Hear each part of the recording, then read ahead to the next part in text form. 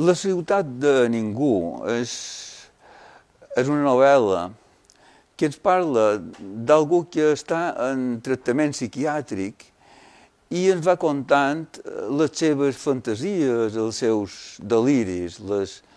seves pors. No li agrada el present, no li agrada la ciutat on viu, és molt hipocondríac, molt de problemes amb la salut,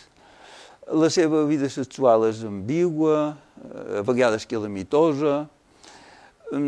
creu que hi ha vida en altres planetes, li agradaria ser protagonista d'una abducció o d'un avistament, parla sovint amb el seu moix, té deliris de grandesa, té una clara obsessió, que és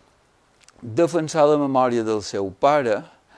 que va ser un repressor feixista dels anys de la Guerra Civil, i ell està obsessionat per això i està obsessionat perquè no li prenguin unes fotos que guarda, que pareix que d'alguna manera comprometen aquesta actuació que va tenir el seu pare durant la guerra. Passa però que ell no vol destruir les fotos perquè d'alguna manera les fotos són el símbol dels guanyadors. D'alguna manera sembla que se n'arrepentiria, que destruiria el que per ell és la veritat.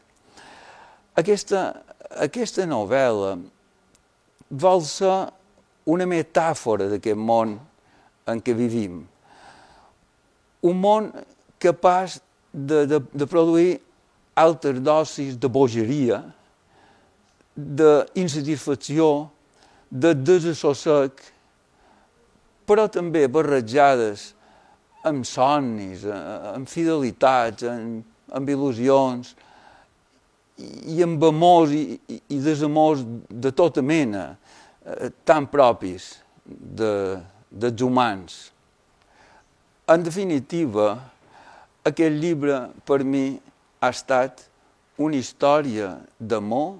en les paraules.